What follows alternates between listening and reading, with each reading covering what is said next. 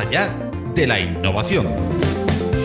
Un espacio sonoro patrocinado por Open Expo para estar al día de la innovación tecnológica abierta. Más allá de la innovación.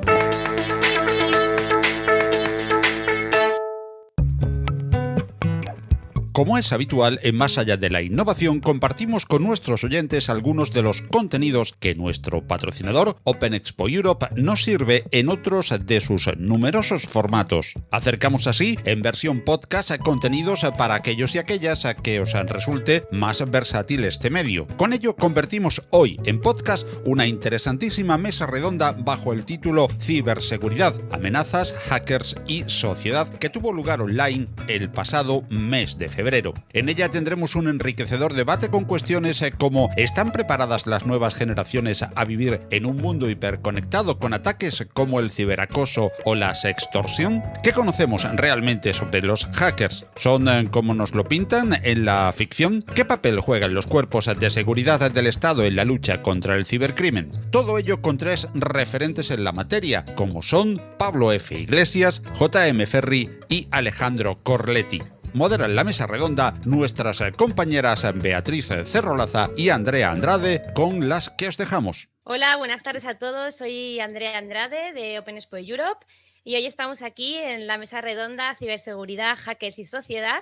Hoy me acompaña Beatriz Cerrolaza, que va a moderar conmigo esta mesa redonda. Beatriz es una emprendedora tecnológica en serie y hoy viene como CEO de My Public Inbox. Por si no lo conocéis, My Public Inbox es nuestra plataforma de mensajería para contactar de forma respetuosa a todos los perfiles públicos relevantes que queráis.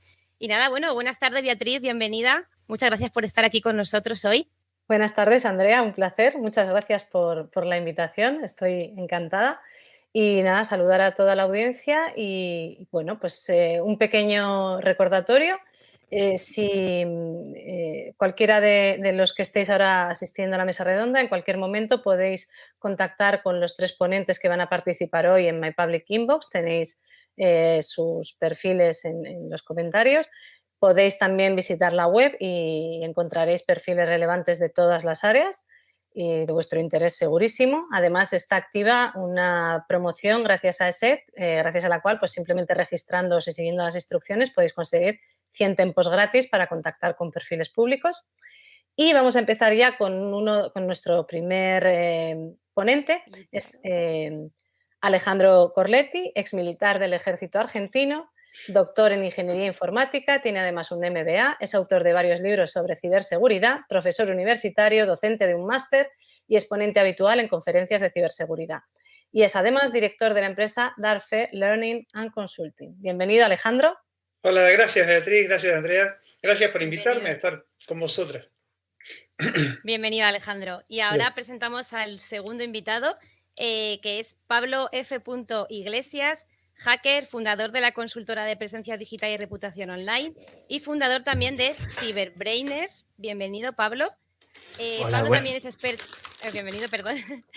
Pablo también es experto en ciberseguridad, formador y divulgador, y cuenta con una comunidad de varios miles de suscriptores y además es autor de un libro de ciencia ficción titulado 25+1 Relatos Distópicos y de toda una saga de fantasía épica llamada Memorias de Arganon. Arganon, creo que lo he pronunciado bien. Bueno, bienvenido. Exactamente, Pablo. Ahora bien. sí, perdona. Bueno, pues nada, muchas gracias por la oportunidad y un placer. Buenas tardes a la gente que nos esté viendo desde España y buenos días a los que nos veáis desde Latinoamérica. Y por último, nuestro tercer ponente es J.M. Ferri, quien tras 20 años de experiencia como emprendedor en comercio internacional se ha descubierto como escritor, afición que cultivaba desde siempre, ya nos ha dicho, y ha lanzado su primera novela, Jinetes en la tormenta, en la que es una combinación de novela negra y thriller, y en la que un hacker es uno de los protagonistas. Su novela está teniendo mucho éxito de crítica del público y como neófito en esto de la ciberseguridad, pues ha tenido que documentarse mucho para escribir su novela sobre los hackers y hoy nos contará su visión de todo este mundo, su punto de vista, bastante más fresco que la de los expertos quizá, y pues cómo ha cambiado su opinión sobre este sector o este mundo. Y buenas tardes, JM. Hola, buenas tardes. Hola a todos, también a los participantes en en la mesa redonda y muchas gracias por invitarme y contar conmigo. Nada, gracias a ti. Bueno, antes de empezar el debate, recordar que podéis hacer preguntas por el chat y las responderemos al final de la mesa redonda. Y recordar que en la descripción del vídeo tenéis todos los perfiles públicos, tanto de los ponentes como los nuestros, ¿vale? De Beatriz y mío. Y nada, vamos a empezar el debate y voy a empezar con una pregunta muy interesante para romper el hielo. Contadnos, ¿qué es la ciberseguridad para vosotros? ¿Qué papel ha jugado en vuestra carrera profesional? Si queréis empiezo por ti, Alejandro Corletti. Bueno, yo el tema ciberseguridad lo vengo sufriendo hace casi 30 años ya y ha nacido, en el caso particular mío, siempre sobre temas de redes más que de temas de TI. Así que, como siempre empecé desde temas de cableado hasta protocolos de comunicaciones. Mi humilde experiencia está centrada más en las redes que en el resto de los aspectos de TI o redes sociales o ambientes más informáticos, ¿no? Así que, bueno, eso es lo mío. Estupendo. Pues si quieres, JM, nos cuentas tú qué es la ciberseguridad para ti y qué ha supuesto en tu carrera profesional. Bueno, pues yo, como no me dedico al campo profesionalmente de la ciberseguridad, yo lo que he sido es un afectado por la falta de ciberseguridad. Yo empecé en el mundo del blogging, escribiendo blogs sobre todo de temática profesional, de comercio internacional, que es a lo que yo me dedico realmente en el mundo real. Y bueno, mi primer acercamiento fue porque me hackearon un blog. Y perdí todo el contenido superposicionado de varios años y entonces empecé un poco a interesarme por el tema. No me dedico profesionalmente, pero vaya, al final, aunque te dediques a escribir y al blog, algo tienes que saber por precaución, para que no me vuelva a pasar. Os aseguro que no quiero que me vuelva a pasar eso.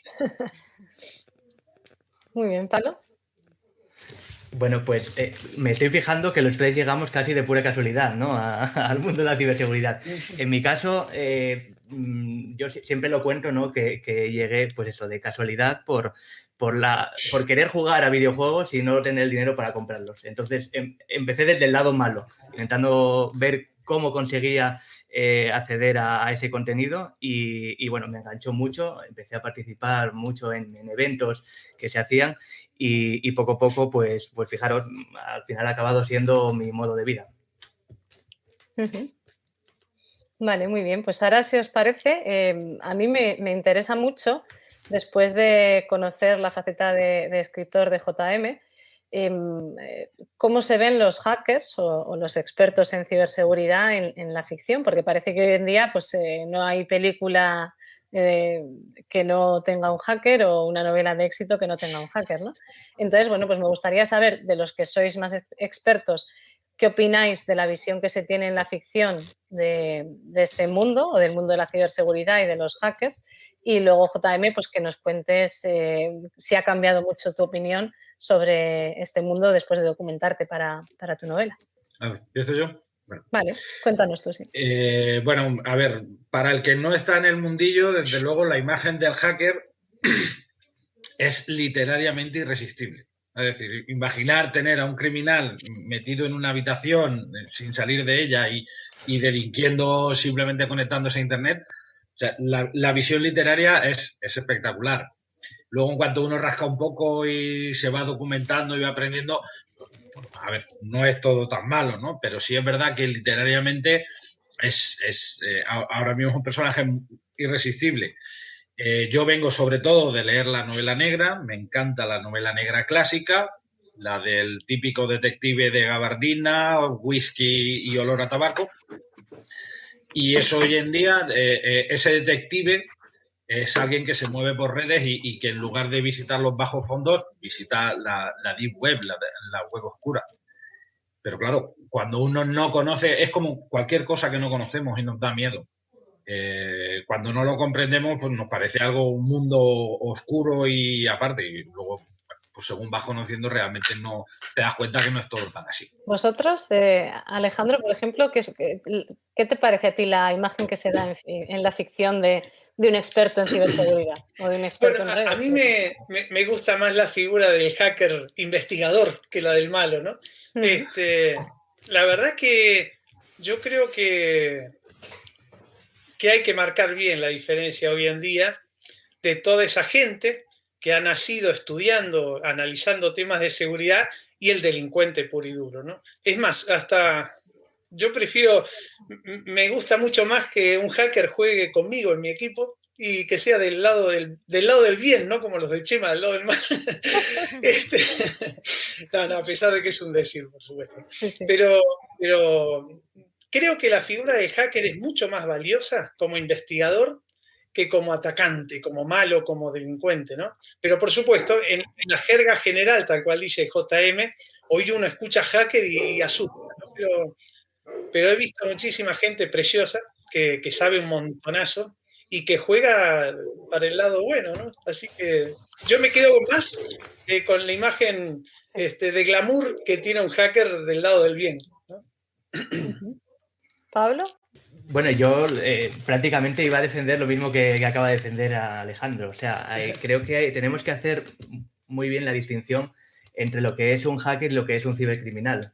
Es más, y aquí Alejandro, que seguro que está de pelearse más con ellos, lo sabrá, hay muchos cibercriminales, la gran mayoría no son hackers, no saben de tecnología, no, simplemente lo que hacen es comprar unas herramientas que a base de clics te comprometen y después te extorsionan o te roban la información, pero no entienden cómo funciona. Y en el otro lado, un hacker no solo tiene que ser alguien que sabe mucho de informática, ¿no? A mí me gusta decir siempre que, bueno, por ejemplo, un chef puede ser un hacker de la cocina. JM es un hacker de la escritura. O sea, al final, el término hacker es verdad que históricamente se ha asociado más al mundo de la informática porque, bueno, empezó a hacerse conocido con el MIT y demás, pero en la práctica solo define a alguien que controla tanto, le gusta, es tan apasionado de un tema en particular que es capaz de llevar eso a otro nivel. Y me gusta más que nos quedemos con esa idea. Borrar la mentalidad de cibercriminal y hacker, que sean mismas cosas, totalmente distintas. De hecho, todo esto va muy en la línea de la campaña que lleva defendiendo Chema Alonso durante ya bastantes años, pues reivindicando efectivamente lo que estáis comentando ahora, ¿no? La figura del hacker como alguien que está constantemente buscando pues eso, otra utilidad a las tecnologías en el límite del conocimiento más que delincuente o criminal. Ya conseguimos al menos que la RAE reconozca un poco el término, que lo acompaña con pirata informático, que bueno, dices tú, vale, ¿no? Pero bueno, es un pasito. Está poco a poco. Sí, ahora falta que los medios de comunicación nos hagan caso también. Sí. Yo creo, si me permitís un pequeño comentario, creo que, como decía, en cuanto rascas un poquito, investigas un poquito, ese término, incluso para los que no estamos en el mundillo, se va rompiendo y creo que afortunadamente va cayendo cada vez más. Yo, de hecho, para documentar la novela, sobre todo he consultado conferencias de Chema Alonso, pero es que la primera que encontré, yo decía, no puede ser que haya aquí un señor explicando cómo se hackea un sistema, pero luego vas entendiendo de qué va el tema y dices, bueno, ya puedo dormir tranquilo. No es todo malo lo que me voy a encontrar en Internet.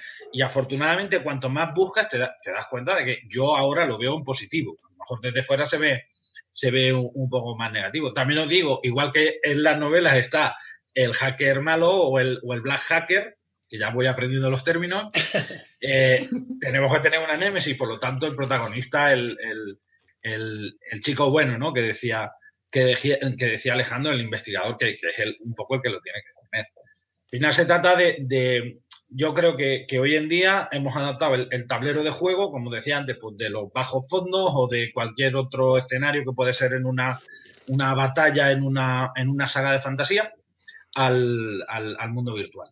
Bueno, esperemos que con esta charla por lo menos se queden con esa parte positiva y no negativa de los hackers. Y bueno, cambiando de tema, Alejandro, me dirijo a Alejandro porque esta pregunta creo que es específica para ti. Como exmilitar y experto en ciberseguridad, ¿qué papel juegan los cuerpos y fuerzas de seguridad en el ciberespacio? Ajá. Bueno, un poco... yo creo que está todo basado en el concepto de la importancia que hoy tiene la información, ¿no? Entonces, en el mundo militar, clásicamente aprendimos a combatir en el dominio de tierra, agua y mar, y hoy en día se está hablando, después se habló del espacio, del ciberespacio, pero la realidad concreta hoy es que tenemos que pensar en 3 dominios, ¿no? Un dominio físico, que era tierra, mar y agua, un dominio virtual, por llamarlo virtual, que sería el ciberespacio, pero hay un tercer dominio que ya se reconoce militarmente a nivel Fuerzas Armadas, que es el dominio de la opinión. Y ahí es donde no estamos muy posicionados, creo que nadie, ¿no? Un poco lo hablé con Beatriz hace unas semanas atrás en cuanto a que yo creo que la base, el punto de partida es que lo crítico es la información y no las infraestructuras. Entonces, estamos pensando toda la defensa de una ciberguerra, pensando en infraestructuras críticas, ¿no? En energía, satélites, telecomunicaciones. Pero yo propongo otro combate, porque yo creo que la guerra en el dominio de la opinión es la que va a destrozar realmente países, ¿no? Yo me siento muy mal con cómo el daño que se está haciendo esta gente, estas organizaciones mafiosas y terroristas, con Internet, que podría ser algo tan maravilloso para la humanidad, y sin embargo estamos teniendo incidentes por culpa de 3 fascinerosos que hay en el mundo, ¿no? Entonces yo creo que la guerra del dominio de la opinión, que los militares y las Fuerzas Armadas y los gobiernos no están encarando bien, va más por otro lado. Yo creo que es el dominio de la opinión. Por ejemplo, si yo tuviera que atacar un país hoy, si yo planeara una estrategia de guerra, la verdad que me daría igual una central eléctrica nuclear. Yo me dedicaría a obtener datos confidenciales de los aportes jubilatorios, financieros, familiares, geolocalización de cada ciudadano. Hoy el fenómeno crowd, multitudes, el Big Data, me permite procesar, sacar estadísticas y desmoralizar un país completo. Fíjate si yo logro obtener los datos bancarios, las inversiones, los aportes jubilatorios, la seguridad social, la ficha médica, las amistades, afinidades, familias, los domicilios de los 45 millones de españoles. Si yo tengo esos datos, a España la quiebro, pero la quiebro absolutamente, ¿eh? Poco a poco voy influenciando en los que tienen un determinado grupo sexual. Otro tiene un dominio político, otra gente que sé dónde vive, otra gente en rango de edades, otra gente que sé que busca tales amistades, otro que le gusta tal periódico, tal medio de comunicación, la música. Si yo logro los datos de los 45 millones de españoles, España quiebra. Eso es dominio de opinión. Y eso, no sé qué organismo de España, por ejemplo, está pensando en eso. En una ciberguerra, yo no quiero que la conduzca un general. Yo sería un enamorado de que esa ciberguerra la conduzca Chema Alonso, porque ese es el general que sabe conducir esa ciberguerra. No quiero un general 5 estrellas, especialista en fuerzas especiales y que haya estado en 3 batallas. No quiero ese. Muy interesante lo que nos dices, Alejandra, además muy en la línea del documental que hay en Netflix sobre redes sociales, también cómo influyen a veces en la opinión sin que nos demos cuenta y cómo pueden cambiar incluso el rumbo de unas elecciones. Claro. A mí en este sentido me gustaría saber, JM, tú también has tenido que documentarte, entiendo, para tu novela sobre los cuerpos y fuerzas de seguridad para que fuera creíble el papel de los policías o agentes de los distintos cuerpos. También, pues eso, saber cómo desde el exterior, desde la opinión de un no experto, cómo ha cambiado tu visión de estos cuerpos. A ver, yo coincido un poco la visión que yo tengo sobre el tema, coincide un poco con cómo lo ve Alejandro. Realmente, hoy en día es más importante estar preparado ante una ciberguerra que poseer muchos tanques o acorazados, porque realmente no se van a utilizar. La guerra es una cuestión de economía, ni más ni menos. Y en cualquier batalla o periodo histórico que se pueda analizar, al final es una cuestión de economía, es lucha por recursos. Y la guerra se lleva a cabo cuando es económicamente viable o cuando es económicamente interesante. Por lo tanto, hoy en día, si puedo evitarme invasiones de tropas con el gasto que conlleva en armamento, etc., a largo plazo, económicamente y en resultados, me va a dar bastante mejor. Yo en eso coincido bastante con la visión. Y en la parte que yo me he documentado, realmente, que es para el que viene de fuera, claro, en cuanto empieza... Por ejemplo, sobre el CNI es muy difícil documentarse, ¿no? No hay información, digamos, de acceso libre, ¿no? Siempre tienes que improvisar algo, pero vas viendo, intentando leer entre líneas, te das cuenta que una parte muy importante de su plantilla, pues es gente dedicada a la ciberseguridad. y gente que, digamos que está en el lado de los buenos, al menos en teoría. Y en este sentido también es interesante, creo que va un poco también en la línea de lo que estábamos hablando, cómo percibe la sociedad, ¿no?, a estos cuerpos y fuerzas de seguridad. Ha sido muy polémico, recuerdo hace poco que la policía creó un perfil de TikTok y bueno, pues hubo quien lo aplaudió y hubo quien le parecía fatal que un cuerpo de seguridad estuviera en una red social como esta. Me gustaría saber vuestra opinión, luego si queréis os digo yo la mía.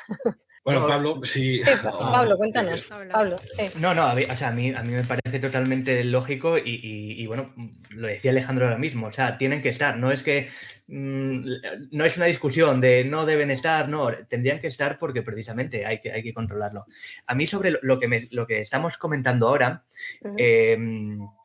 esta misma pregunta, si me lo hubieran hecho a lo mejor hace 5 o 6 años y por lo menos dentro de la industria, creo que la relación que había entre los hackers y las fuerzas del orden era más bien negativa, o por lo menos de suspicacia, de uy, madre mía, a ver qué pasa aquí. Yo recuerdo esas, a lo mejor eso, hace 5 o 6 años, la RUTEZCON, ¿no?, que es uno de los eventos grandes de ciberseguridad que tenemos en España, muchas de las charlas se daban con miedo un poco a que la policía entrara y detuviera a la gente que lo estaba dando. Y hubo un momento, soy malísimo para las fechas, pero una de las RUTEZ, me acuerdo que vino a dar una charla un fiscal del Estado, que a mí me encantó.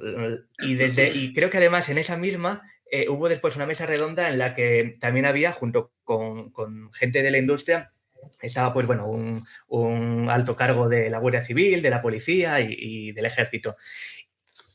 Y creáis o no, una tontería tan sencilla como esta creo que ha ayudado bastante a que hoy en día ya no haya tanta suspicacia.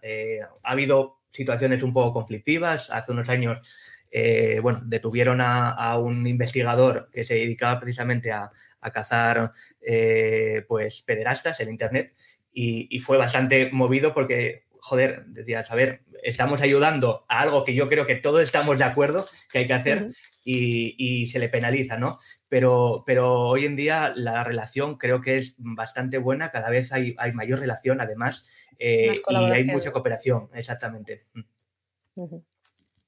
Vale. Mi opinión sobre esto efectivamente coincide con la vuestra. Yo creo que hay un público además muy importante al que solo puedes llegar en estas redes. Es decir, por mucho que la policía tenga presencia a lo mejor en otras plataformas o en otros canales, pues hay muchos adolescentes y muchos jóvenes que si no les ven en TikTok, pues a lo mejor no los conocen o no saben que pueden acudir a ellos en caso de un problema. Me gustaría saber también tu opinión, Alejandro, en este sentido. Creo que va un poco en la línea de lo que decías, claro, ¿no? Tener presencia. Mira, yo estoy escribiendo un artículo, Beatriz, que se va a llamar crowd de multitudes, crowd warfare, ¿no? O sea, creo que un ámbito que el dominio de opinión militar tiene que meterse de lleno es en el ámbito multitudes y tirar de influencers, de youtubers, tener generales que sean totalmente civiles. Claro, fíjate que la formación militar, uno nace como oficial de cualquier fuerza armada, empezando a estudiar el soldado aislado, o sea, el entrenamiento personal, cómo conducir un pelotón, un grupo, una sección, una compañía, un regimiento, una brigada. Entonces tú vas viviendo, creciendo la experiencia personal para que después la apliques. Ningún militar creció a los 14 años picando código en un Sinclair 16K, como me tocó a mí, pero en general no es normal que un militar haya bebido, haya nacido su formación con todas estas cosas que estamos hablando ahora. Entonces es imposible que la conduzca con la misma mentalidad nativa que tiene un chico que a los 15 años nació y fue creciendo en ese ámbito, ¿no?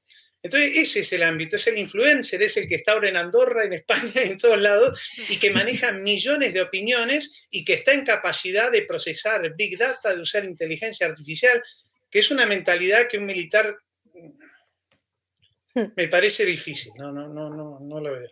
Menudos titulares, ¿no? Los influencers como... Me van a echar a mí de toda Fuerza Armada. Alonso dirigiendo una guerra. Bueno, no sé. O el Rubius, imaginaros al Rubius ahí dirigiendo. Eso mismo le dije a ciertas personas.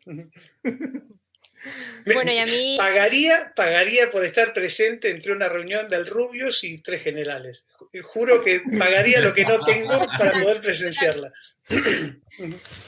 Bueno, y a mí justo con este tema, hablando de las redes sociales, de TikTok, se me ocurre un tema que está muy en tendencia ahora y bueno, me dirijo a Pablo también como experto en riesgos digitales y reputación. Y es el tema de ciberacoso, ciberbullying, sextorsión, todo este tipo de amenazas. ¿Qué puedes contarnos de todas esas amenazas a las que estamos expuestos? ¿Son los niños y adolescentes los que están en mayor riesgo o estamos todos en el mismo riesgo? A ver, bueno, como en todo en la vida, un joven en general va a estar con mayor riesgo, más que nada porque si le falta a lo mejor la parte de conocimiento, que esa es global a nivel de la sociedad, imagínate si encima estás todavía poco maduro, ¿no? Intelectualmente. Entonces, por supuesto, hay un problema, estábamos hablando antes del grave problema que tenemos de control de la información y otro a nivel ya de amenazas, de ciberamenazas, yo creo que el principal es la ingeniería social, o sea, el engaño de toda la vida, el listo que te engañaba en la puerta del colegio y te hacía la rosca y al final acababas dándole desayuno o lo que fuera, pues esto mismo en Internet es el día a día. Y os puedo decir que prácticamente el 90-95% de los ataques que se producen son ataques que no tienen como objetivo comprometer la seguridad técnica que tiene una infraestructura, que tiene tu ordenador, que tiene tu móvil, sino que te atacan a ti. O sea, te intentan engañar para que seas tú quien instala el malware o para que le entres en una página que no es la correcta y metas tus datos. Aquí es donde tenemos, yo creo que un gran problema porque, primero, para esto en particular, los antivirus casi no nos sirven porque nos están atacando a nosotros, necesitaríamos un antivirus propio. Y después la forma de luchar contra ello es la formación. ¿Qué problema hay? Que claro, fijaros que ese aparato que tengo aquí hace 11 años no existía y ahora es el pan nuestro de cada día. Hace 20-25 años casi ninguno de nosotros teníamos una conexión a Internet y ahora estamos siempre conectados.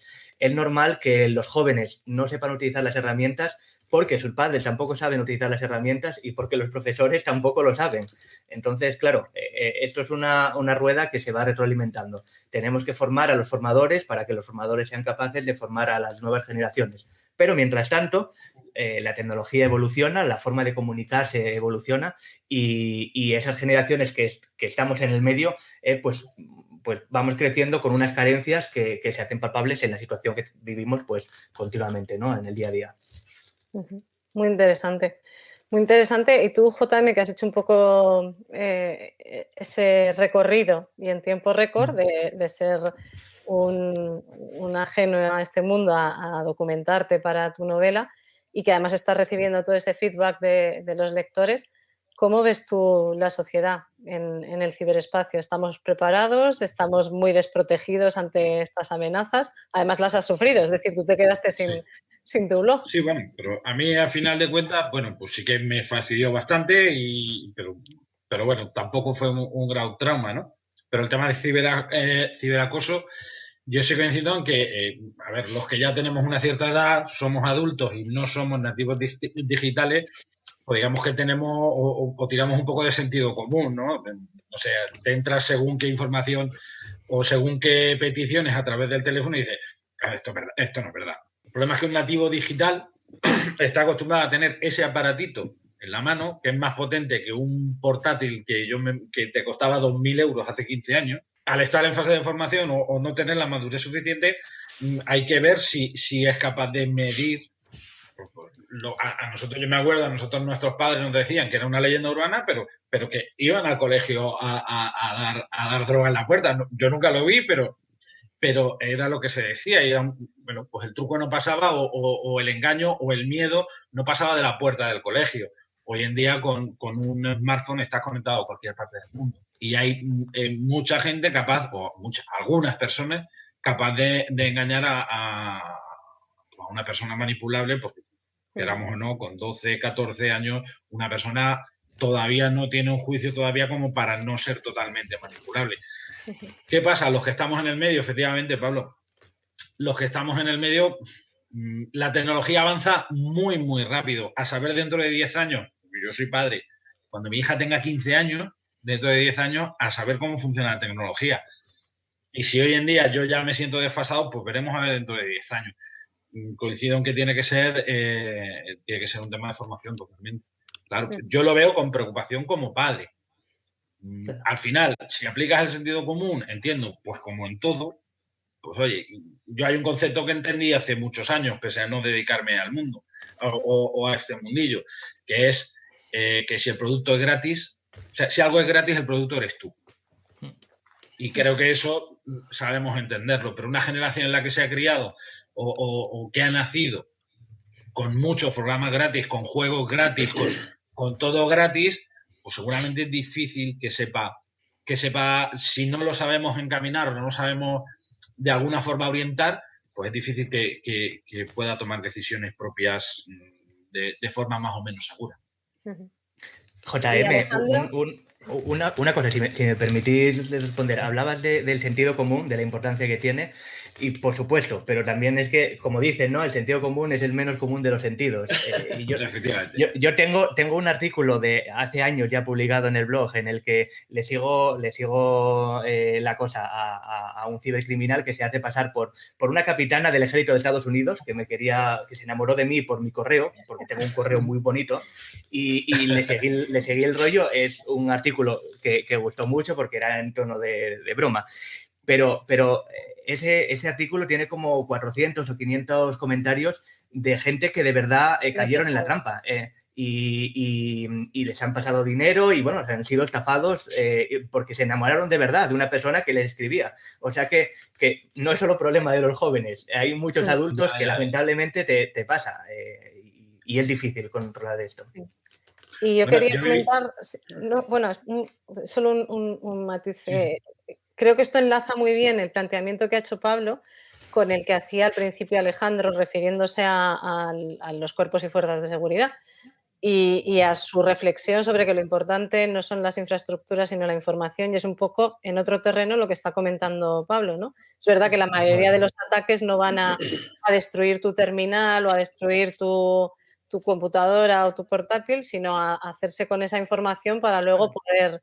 Y me gustaría saber un poco tu opinión y, por ejemplo, en la sociedad española, por aterrizar ya un poco, si tú crees que por ejemplo, los jóvenes, que a lo mejor son los más vulnerables porque están en proceso de maduración, si saben a quién acudir o que pueden acudir a la policía o a la Guardia Civil en el caso de estar siendo ciberacosados. ¿A mí, Beatriz? Sí, un poco. Perdón. Parecía que encajaba bien con el planteamiento tuyo de la información y la infraestructura. No, yo creo que realmente ese es un rol perfecto que está haciendo la Guardia Civil, la Policía Nacional. Creo que en el caso conocido de España, ese es un rol que le cuadra perfecto y es el perfil que debería asumir ahora tanto Guardia Civil como Policía Nacional. Me parece perfecto eso que están haciendo y creo que la gente sabe que puede recurrir y aparte que tiene un buen soporte atrás, que en ese sentido lo van a apoyar. A mí no me gusta mucho centrar la burbuja en los jóvenes porque creo que es un problema ya de la sociedad y lo veo con gente de mi generación, que ya he pasado hace tiempo la juventud.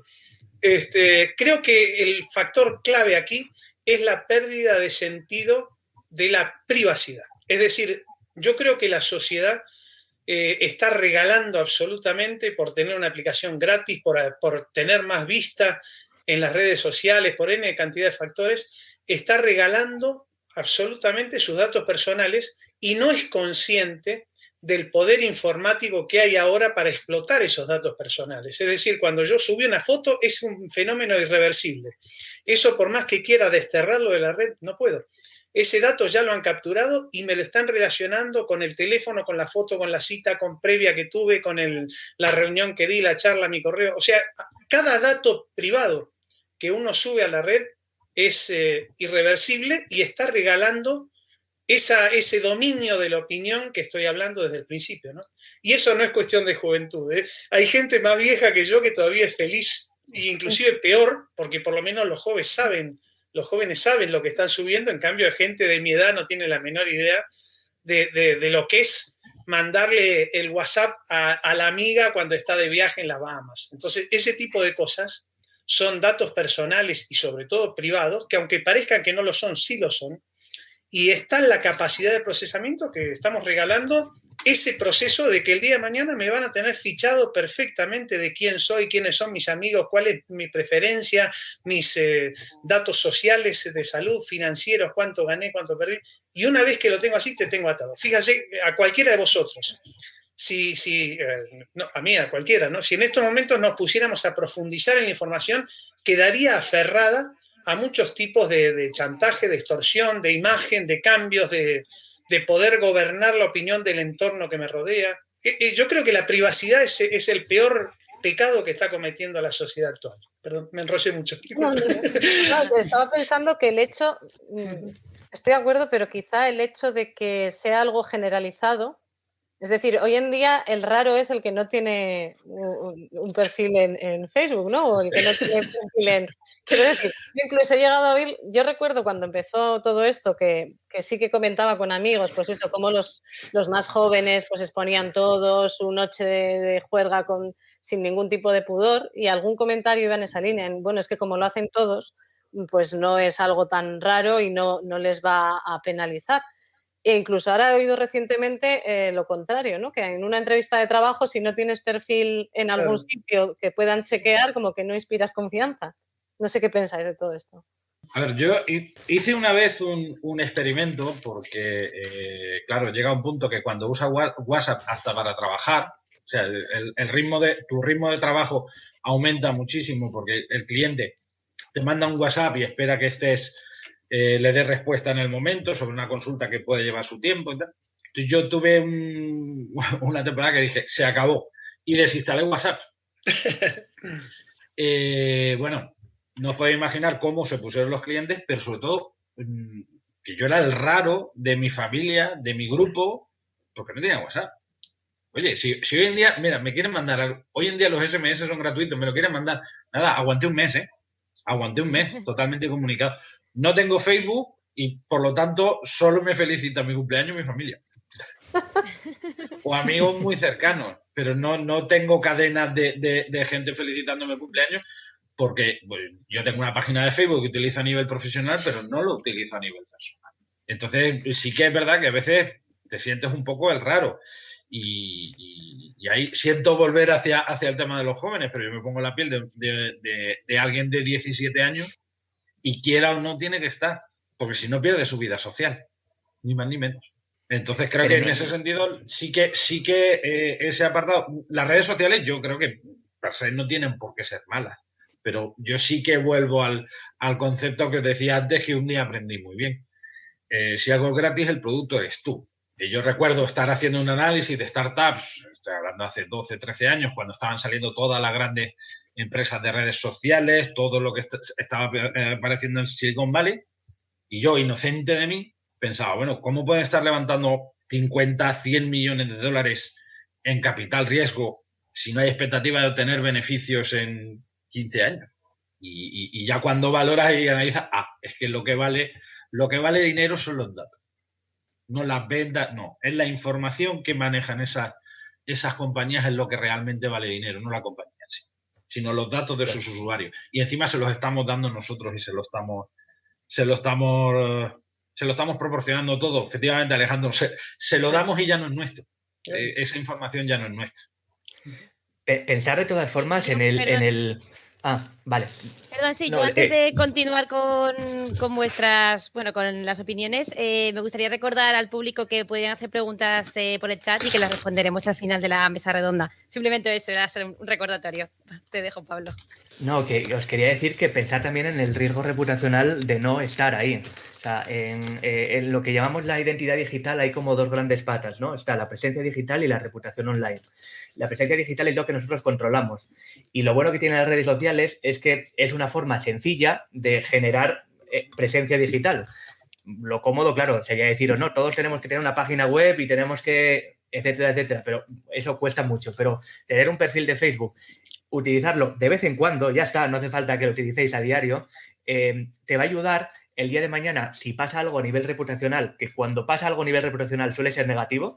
te ha puesto, tienes una multa y lo primero que aparece cuando buscan por tu nombre es la multa.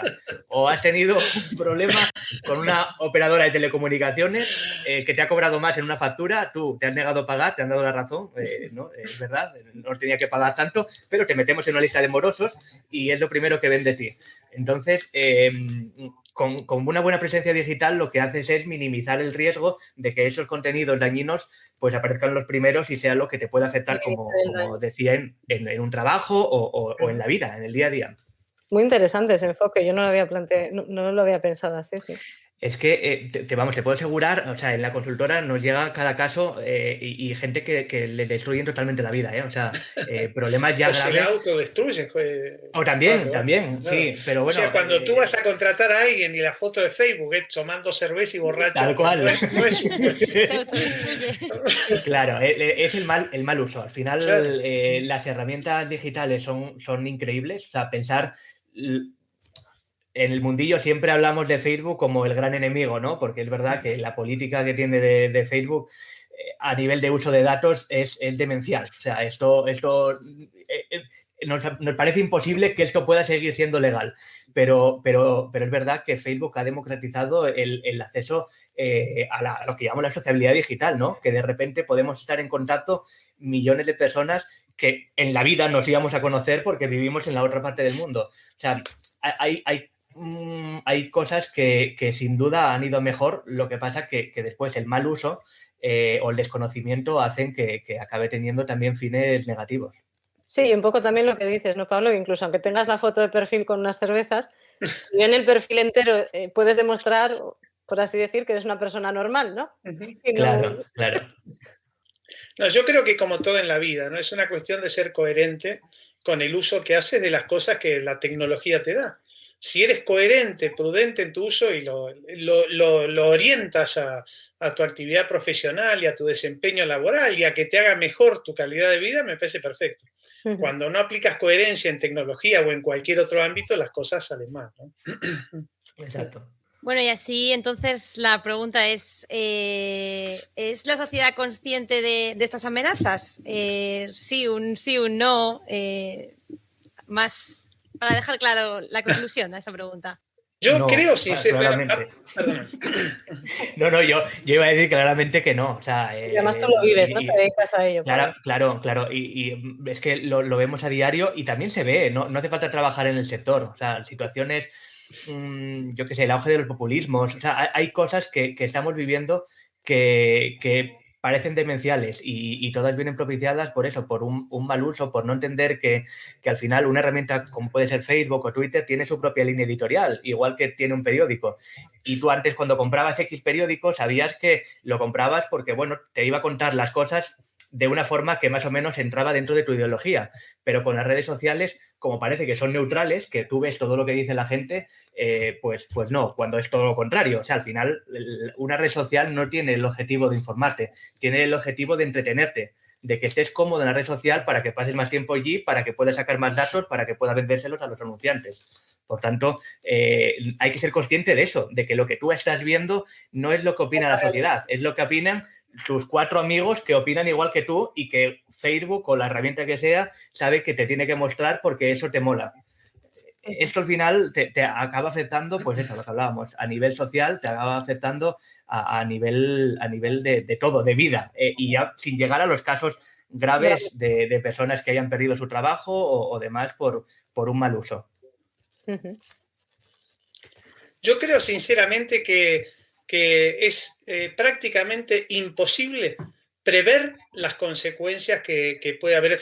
Yo siempre pongo de ejemplo, ¿no? A nivel cabeza humana, es difícil pensar que esta conversación, por ejemplo, que estamos teniendo ahora, viaja más rápido a 10.000 kilómetros de distancia que la persona que está parada a 100 metros y me estuviera escuchando por una onda acústica, ¿no? En Internet hoy pasa lo mismo. Hace meses atrás estuve auditando una fibra óptica que mueve 40 terabits por segundo.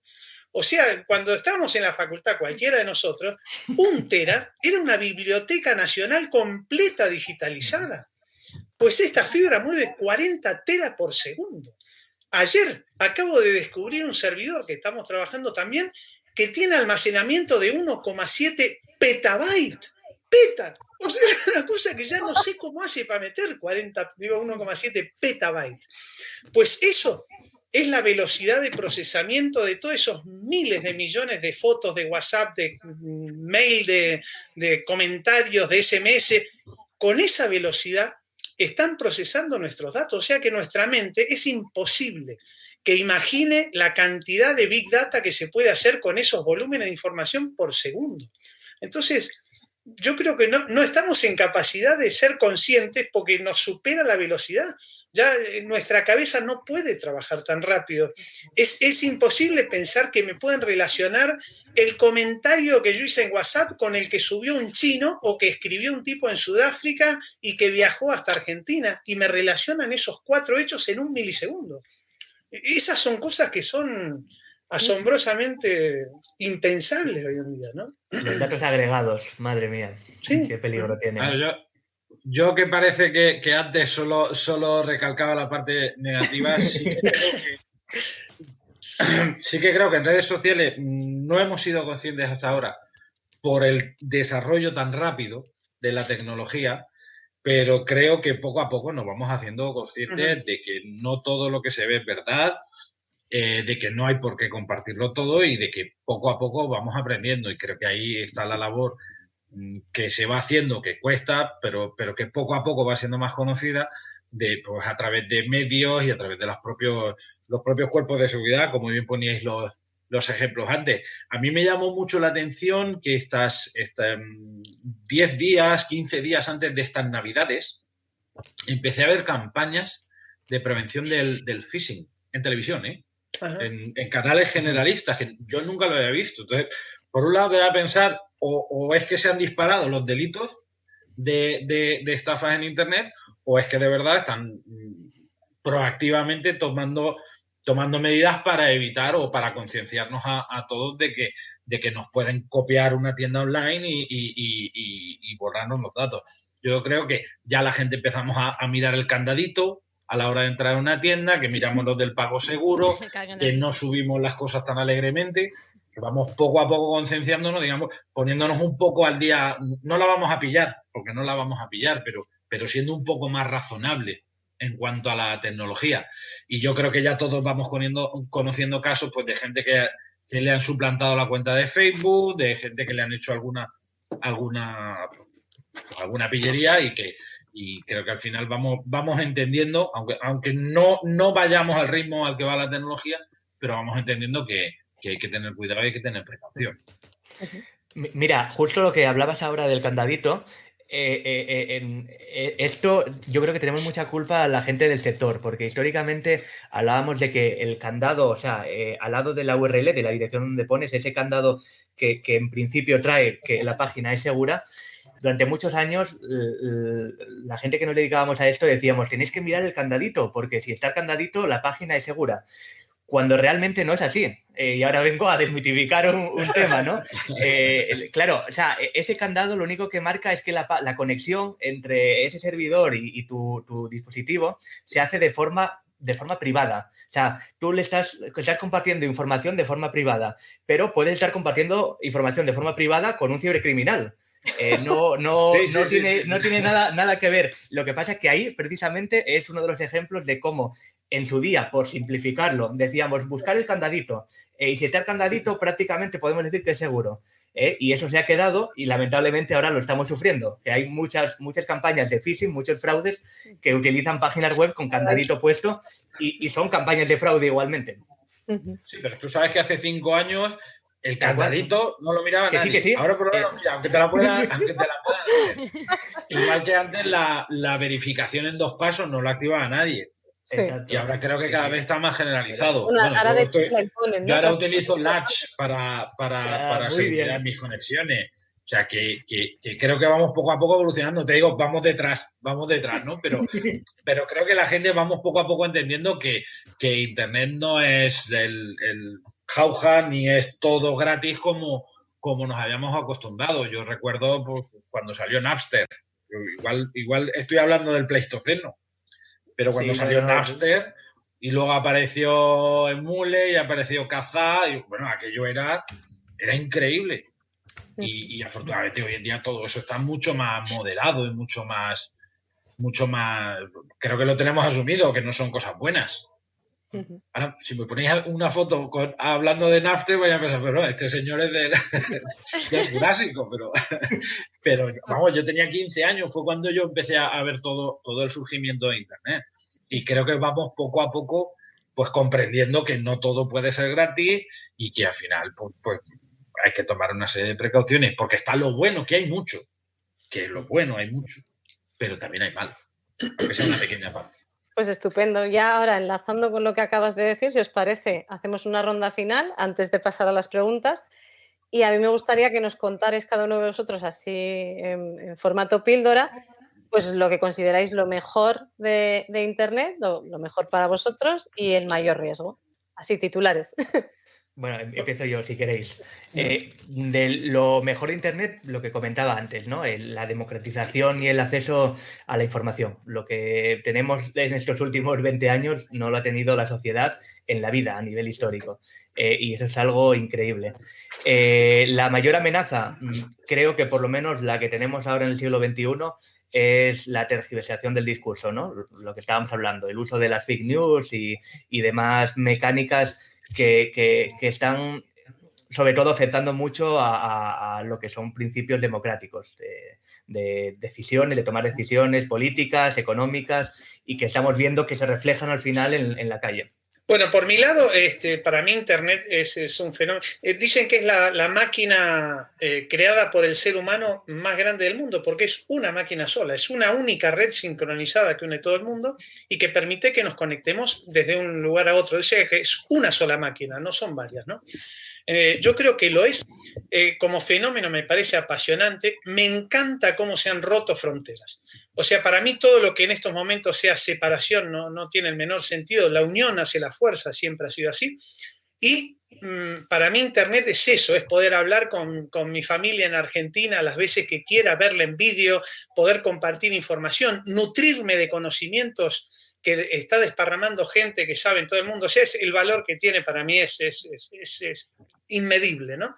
Pero lo que me sigue doliendo es cómo esta batalla la están ganando los malos frente a los buenos. Es decir, estoy seguro que si realmente nos pusiéramos de acuerdo, la gente buena, estos hackers que hablábamos al principio, en combatir esto que no puede ser, esta gente es inaceptable, o sea, el pirata que roba cuentas y contraseñas de correo electrónico, o que te mete un ransomware y te voltea una empresa completa, o que difunde información privada, esa gente es delincuente. O sea, tendríamos que para mí el gran logro de Internet sería que realmente seamos conscientes que el delincuente que hace cualquier tipo de esta actividad con malas intenciones, criminalizarlo internacionalmente. O sea, no podemos seguir dejando que esta gente arruine la maravillosa cosa que es Internet. Y es una cuestión de unirnos. Realmente la gente que sabe, es muchísima la gente que sabe para el lado del bien, muchísima más que la del lado del mal. La del lado del mal, que realmente es poderosa, son contados con los dedos de la mano, no son tantos. El resto son los que decía Pablo, son gente que hace clic, clic con herramientas potentes, pero que no es peligroso. Esa gente no es el daño. El daño grande son las organizaciones terroristas, los ciberestados que están planificando cosas maldad y organizaciones mafiosas, o sea, la misma mafia de los años 30. Esa gente no es una cuestión de legislación país, es una cuestión que internacionalmente hay que destrozarla. No podemos permitir que ese tipo de gente tire abajo la maravilla que es esta red. Bueno, perdón. No, perfecto. Bueno, yo para mí lo mejor creo que es que todo el mundo va a estar de acuerdo, es la democratización del conocimiento.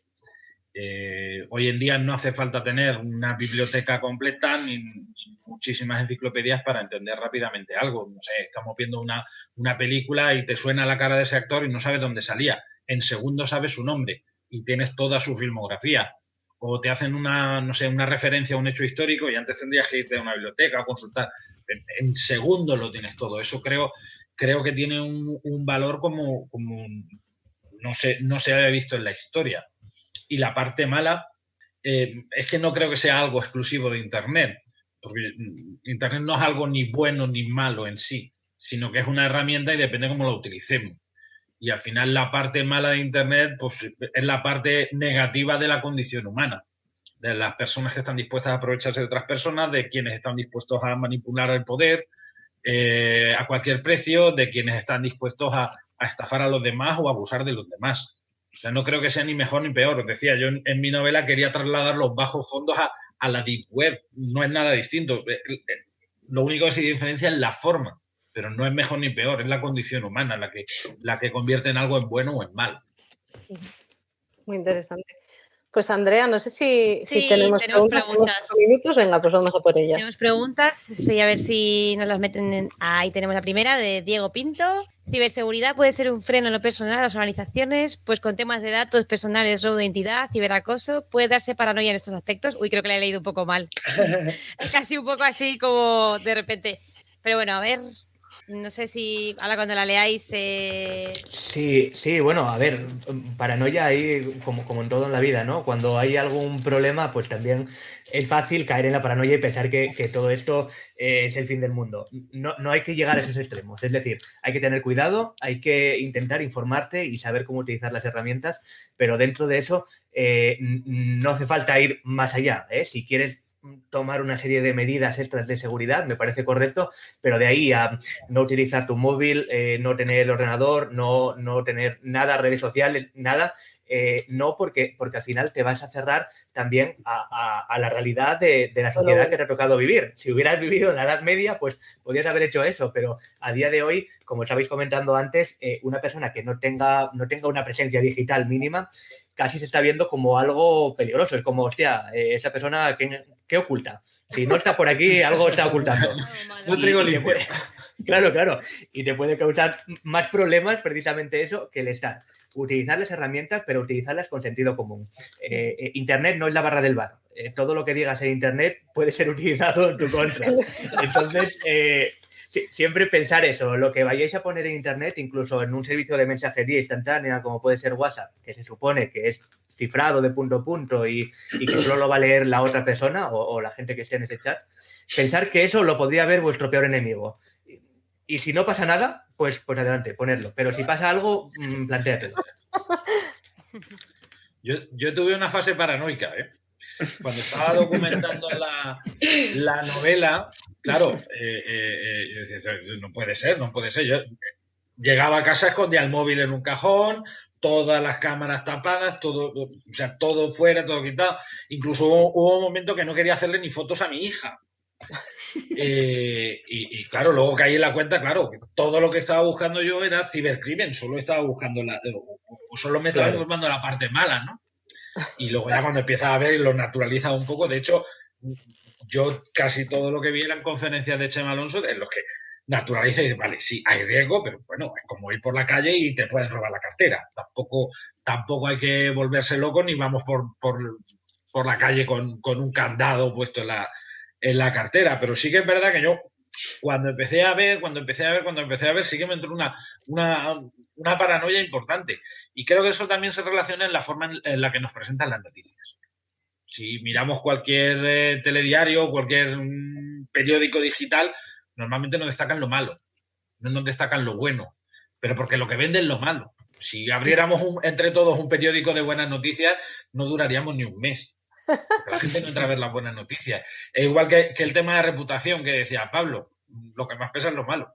Si yo estoy contento en un restaurante, no digo nada del restaurante, pero como me hayan atendido mal o como me hayan cobrado de más o como la comida estuviera fría, pues vamos y la liamos en cualquier aplicación. Entonces, yo creo que al final es todo moderar un poco y tener una justa medida de todo. Mira, una pregunta muy interesante nos pone Andrea. Giovanni Pachón. Sí. ¿Hasta qué punto los gobiernos tienen el deber de controlar los contenidos de las redes sociales? Mira, esta pregunta. ¿El deber o el derecho? No sé. Bueno, me niego rotundamente. Es que fíjate que hoy en día el poder político es una realidad, está dominado por el poder económico, ¿no? Entonces termino pagando un canon por comprar un disco duro. Ese no es el objetivo de un gobierno. Yo no tengo por qué pagar un disco duro que lo uso para cosas personales porque piensan que puedo piratear. Yo creo, a mí el ejemplo más bonito que veo en Internet, por ejemplo, es Wikipedia. La admiro, concretamente. Admiro Wikipedia, es un fenómeno crowd, donde creo que lo que se suma es la sabiduría, o sea, el concepto de multitudes ahora es suma de sabiduría. Es muy poco probable que tú en Wikipedia encuentres una porquería escrita, un fake notice. Aparecerá 2 días, al tercer día lo borrarán. Entonces me parece que vale mucho más la opinión mundial que la de 3 políticos que decidan qué hacer o qué no hacer, seguramente sustentado por decisiones económicas. Para mí la libertad de expresión en estos momentos es una de las grandes virtudes de Internet y se ha demostrado en muchísimos fenómenos crowd que la sabiduría de masas pesa mucho más que la ignorancia política. Entonces, defiendo mucho más la libertad de expresión, pero en todo sentido, en todo sentido. Muy interesante. Sí, totalmente de acuerdo, porque además lo de controlar contenidos parece mucho censura. Sí. Hay una distancia muy corta entre lo que es la moderación y la censura. Moderación, entonces, sí.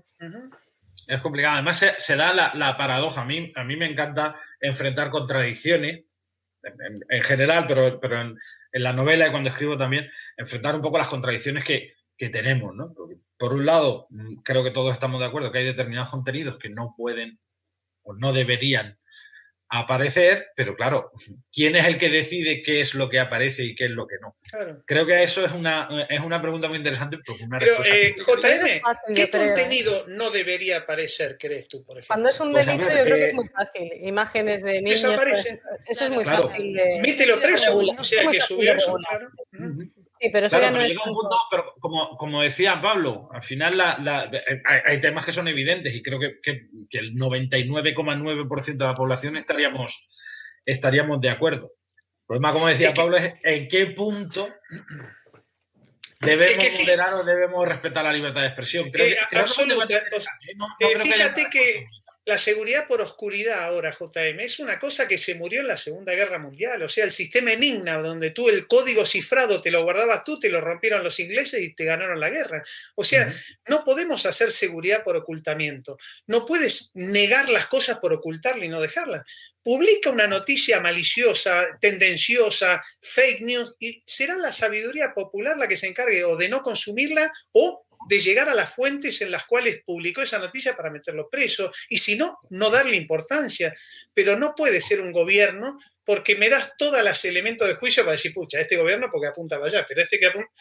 No le podemos dar el juego a 3 personas. De acuerdo, pero claro, la cuestión está al final, vale, no es un gobierno, desde luego a mí no me parecería bien que un gobierno se metiera a controlar, pero claro, al final, ¿quién es el que puede moderar ese contenido? ¿Cómo actuamos ante las fake news? Si no podemos moderar el contenido que es falso y claro, y si lo moderamos estamos entrando en el tema de la libertad de expresión.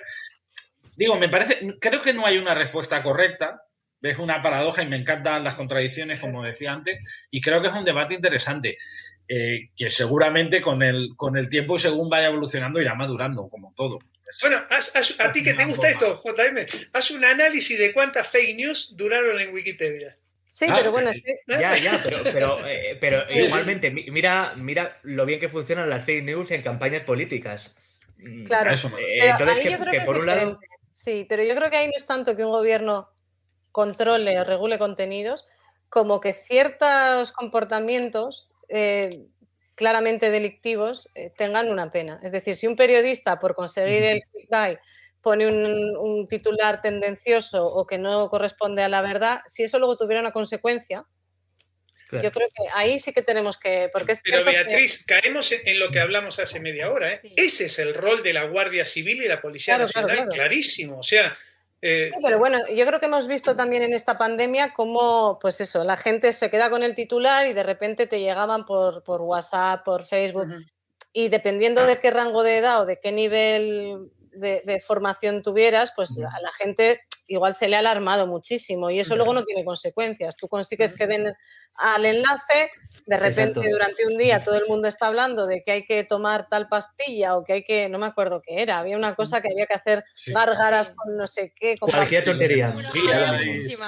Y de repente tienes a la gente asustadísima durante 2 o 3 días y claro, eso durante mucho tiempo es verdad que al final es difícil de legislar, sí, y probablemente iremos viendo cómo evoluciona, pero sí que en ciertos temas a lo mejor ciertos comportamientos tendrían que tener pues un castigo. Si no es te cierro el periódico, te cierro el blog o te cierro, ¿sabes? Igual no ir a la cárcel, pero sí que no sea todo vale con tal de que le den al...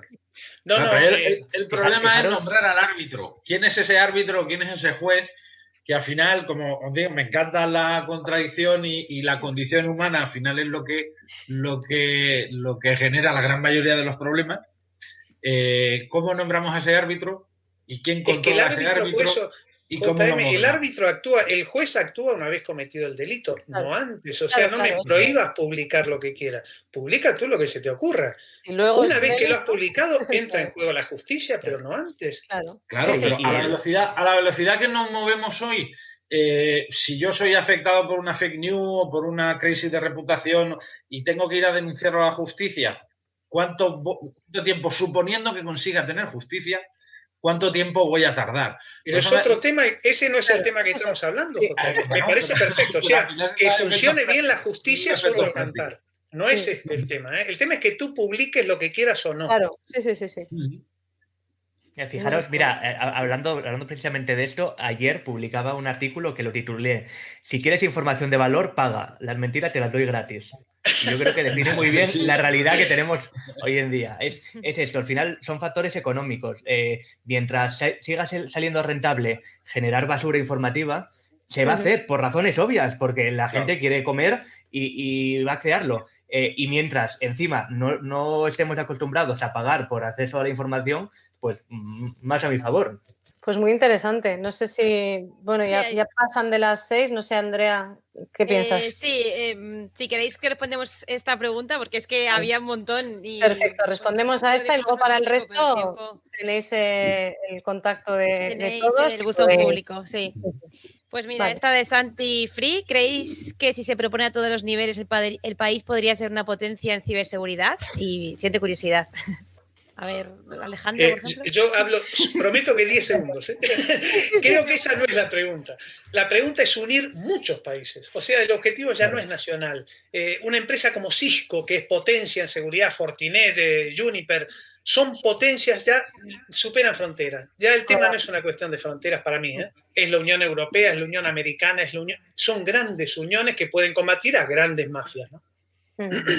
Tal cual. De hecho, uno de los grandes problemas que tenemos ahora mismo es que los cibercriminales te están atacando, no te atacan desde el barrio de al lado, te atacan desde un país por ahí, Rusia, Ucrania, cualquier país, y claro, tú haces la denuncia, la policía, la Guardia Civil tiene que pedir apoyo a la Europol tiene que mover los hilos, o sea, mucha de la parte de tiempo que se pierde intentando cazar a los malos es precisamente porque estamos intentando aplicar una regulación nacional, geográfica, basada en cómo se han creado los países en algo que no entiende de fronteras.